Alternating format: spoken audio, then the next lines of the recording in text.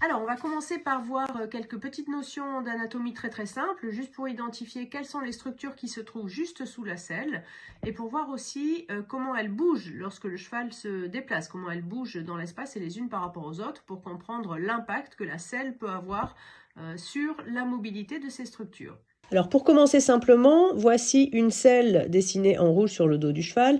Évidemment, on voit bien que la selle, elle se retrouve un petit peu sur l'arrière du garrot et qu'elle va porter essentiellement sur les vertèbres thoraciques au niveau du dos du cheval. Mais la chose à laquelle on ne pense pas souvent, c'est que, vous voyez dessiné ici en bleu, l'omoplate, la scapula, et il y en a toute une partie qui a été ici coloriée en jaune qui se trouve sous l'avant du quartier de la selle. Et à cet endroit, vous savez qu'il y a une partie de l'arçon de la selle qui descend. On va voir un petit peu plus loin l'impact que ça peut avoir, mais gardez bien ce schéma en tête. Sur ce schéma sont mobilisés les mouvements de l'ensemble de la colonne vertébrale en fonction de la locomotion du cheval et aussi en fonction de la position de la tête et de l'encolure. Donc ce qu'on voit le plus sur ce schéma, c'est qu'on a vraiment des mouvements de montée et de descente du garrot de manière très schématique en fonction de la position de la tête et de la locomotion du cheval. Donc on comprend bien qu'il est important qu'on ait une liberté, que la selle permette une grande liberté de ces mouvements. Sur ce schéma, ce qu'on voit très bien, c'est que l'omoplate, on a vu tout de suite, rappelez-vous sur le premier schéma, il y a une partie de l'omoplate qui était coloriée en jaune qui se trouve plus ou moins sous le quartier de la selle. Or, on voit que selon la position du membre antérieur, on a une grande mobilité de l'omoplate. Lorsque le membre s'avance, l'omoplate va descendre et reculer vers l'arrière, et lorsque le membre recule, elle va remonter et s'avancer. Donc, il est extrêmement important que la selle permette ces mouvements de l'omoplate. Sinon, on peut avoir des chevaux qui ont une locomotion étriquée, qui sont gênés dans l'amplitude du geste des antérieurs, tout simplement parce que la selle vient comprimer les omoplates.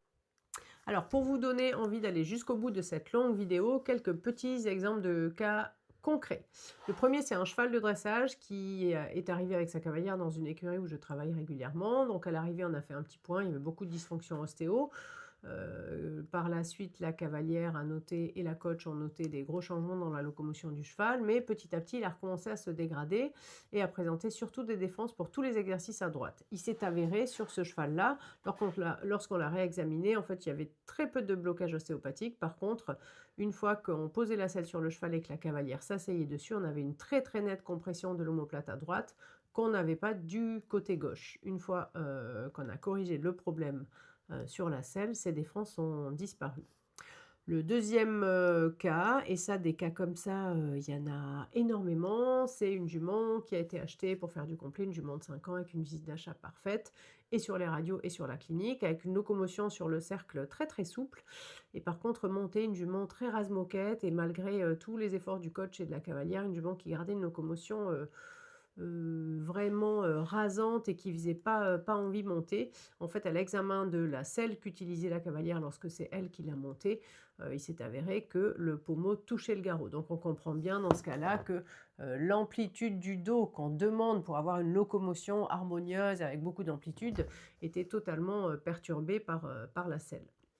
Et le troisième cas clinique, je vais vous montrer la photo juste après, c'est le cas d'une cavalière qui a acheté, lorsque j'ai examiné sa jument, les poils du garrot étaient un petit peu usés, donc je lui ai dit, je pense que tu as un problème de selle. Elle m'a dit, non, j'ai justement acheté une selle pour cette jument-là, une selle d'occasion, mais on en a essayé plein et on a acheté une jument exprès pour celle-ci. Qu'à cela ne tienne, je lui ai dit, va chercher ta selle et pose-la sur le dos de la jument, on va voir. Et déjà, sans sangler, sans mettre la cavalière sur le dos de la jument, le pommeau touchait le garrot, mais vraiment touchait le garrot. Et avec la cavalière dessus, là, on avait vraiment le garrot qui était littéralement écrasé. Je vais vous montrer la photo juste après. Et donc voilà la photo de la selle en question qui est posée sur la jument avec la cavalière dessus. Donc là, vous voyez bien que non seulement il n'y a pas d'espace, mais le garrot est complètement écrasé par la selle. Donc là, la personne qui avait vendu la selle est revenue avec le grand patron de cette marque-là.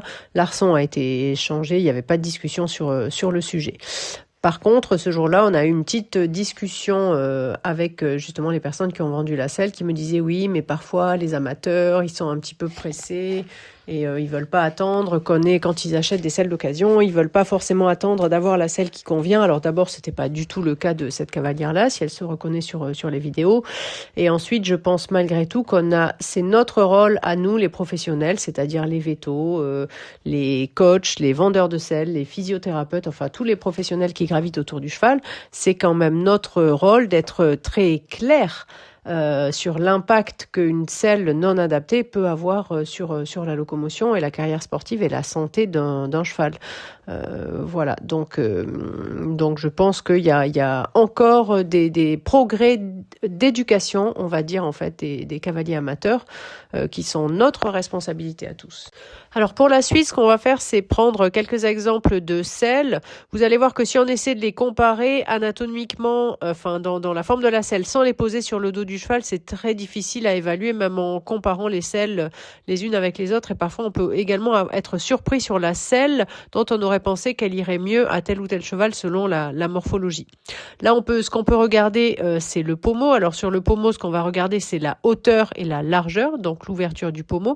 Là, on a deux selles qui peuvent sembler à peu près identiques en hauteur. Par contre, la largeur du pommeau, c'est-à-dire l'ouverture, est totalement différente.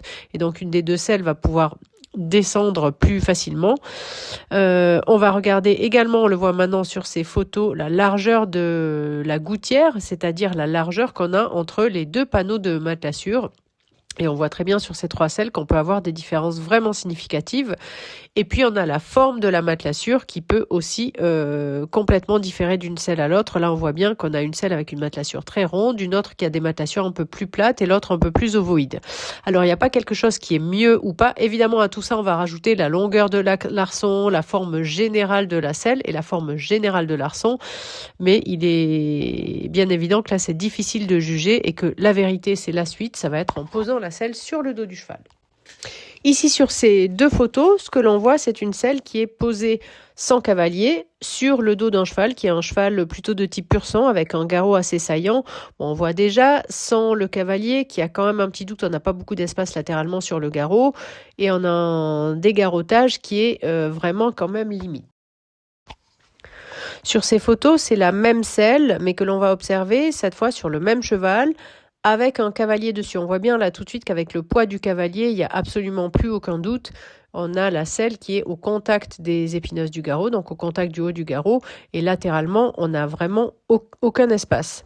Ce qui est intéressant de visionner aussi, sur la photo qu'on voit qui est prise par le cavalier sur le cheval, c'est qu'on voit que là, on a une asymétrie et on voit bien que même les panneaux latéralement à droite et à gauche n'ont pas l'air de se positionner au même endroit. Ça, c'est quelque chose qui est important à observer, parce qu'amusez-vous à le regarder sur vos chevaux, c'est absolument pas rare d'avoir des chevaux qui ont la forme, le dessus de l'omoplate, qui n'a pas exactement la même forme ou pas la même musculature. Il y a des chevaux qui ont présenté des asymétries et qui peuvent être vraiment, vraiment très différents au niveau soit de la forme de l'omoplate ou de la musculature, en tout cas entre le garrot à gauche et à droite.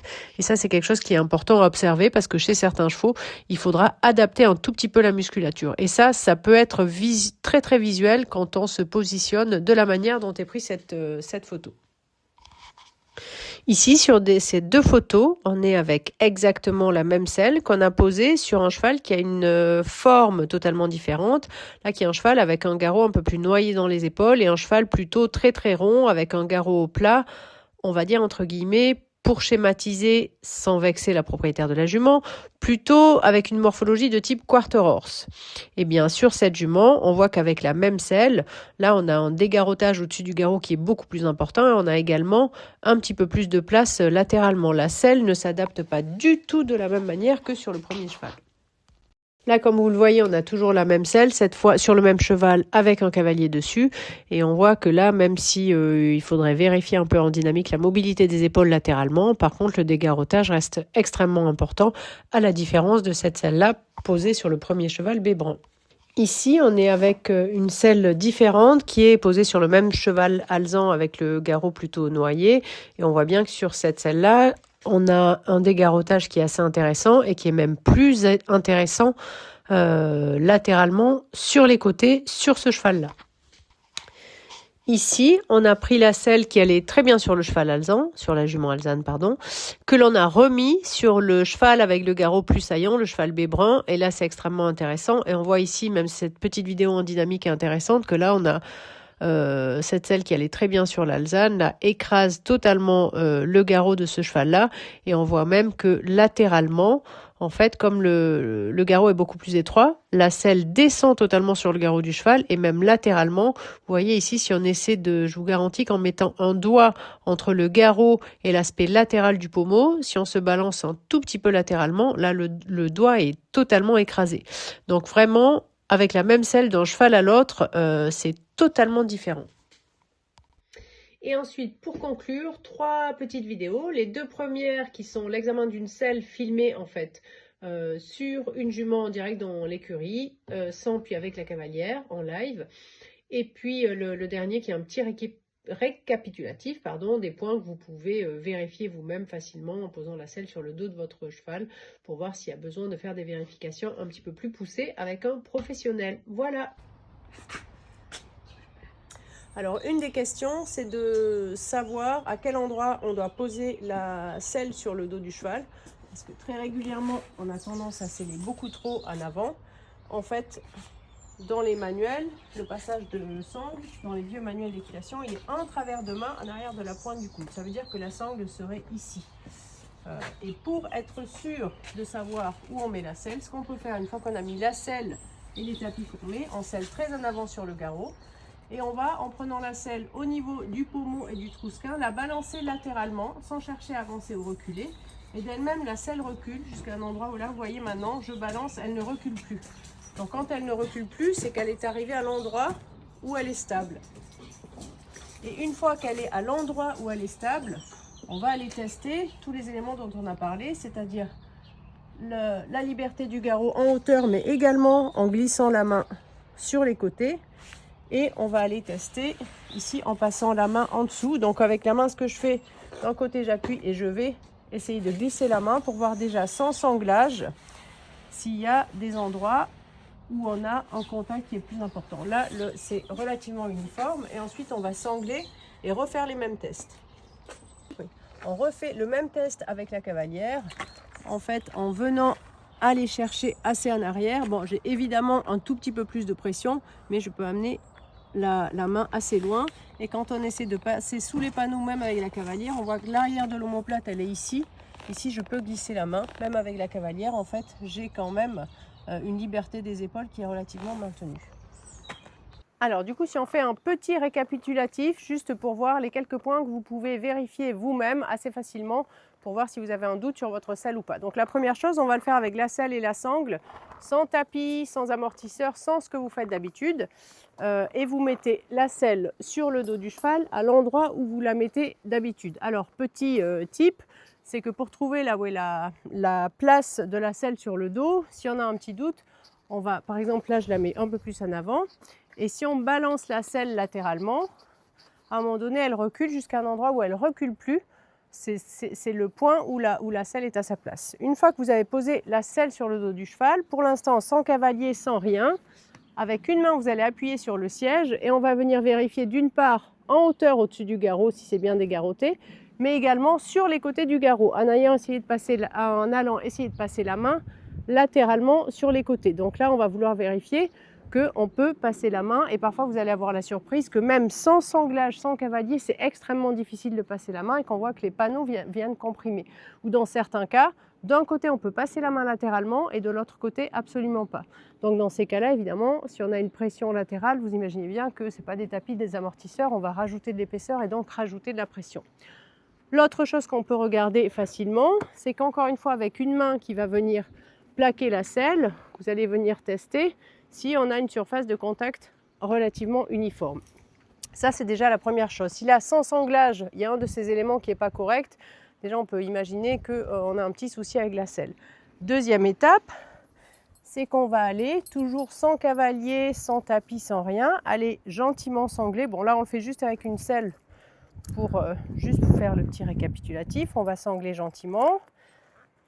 Et une fois qu'on a sanglé, on va aller vérifier. Là déjà, une fois qu'on a sanglé que la selle est plaquée sur lui par rapport à tout à l'heure, On voit qu'à gauche, on passe la main facilement. À droite, on a un petit peu plus de pression. Donc, il y a un petit doute. Et on va venir aussi vérifier en dessous et on vérifie un petit peu la symétrie. Une fois à cette étape-là, si tout semble correct, étape suivante, on ne va pas le faire là, mais c'est la même chose, on met quelqu'un sur le dos du cheval, assis sans bouger, simplement au box. Et il y a des fois où vraiment ici, au niveau des appuis, ça va complètement modifier. Et si donc là déjà, par vous-même, en faisant ces tests à la maison, il y a un des éléments qui est douteux, bah, vous savez qu'il y a quelque chose à changer, à vérifier au niveau de la selle. Après, bien évidemment, en faisant ces tests-là, je ne vous parle pas du tout du fait que la selle soit adaptée, c'est-à-dire confortable ou pas pour le cavalier par rapport à votre morphologie, votre équitation, votre taille. Ça, c'est encore autre chose. Là, on parle uniquement du confort du cheval. Mais déjà, avant d'aller faire des choses compliquées, des mesures de tapis, de capteurs de pression, etc., ça, c'est vraiment des choses très simples. Et 80% des problèmes de selle, vous allez les détecter en faisant ces tests tout simples. Voilà.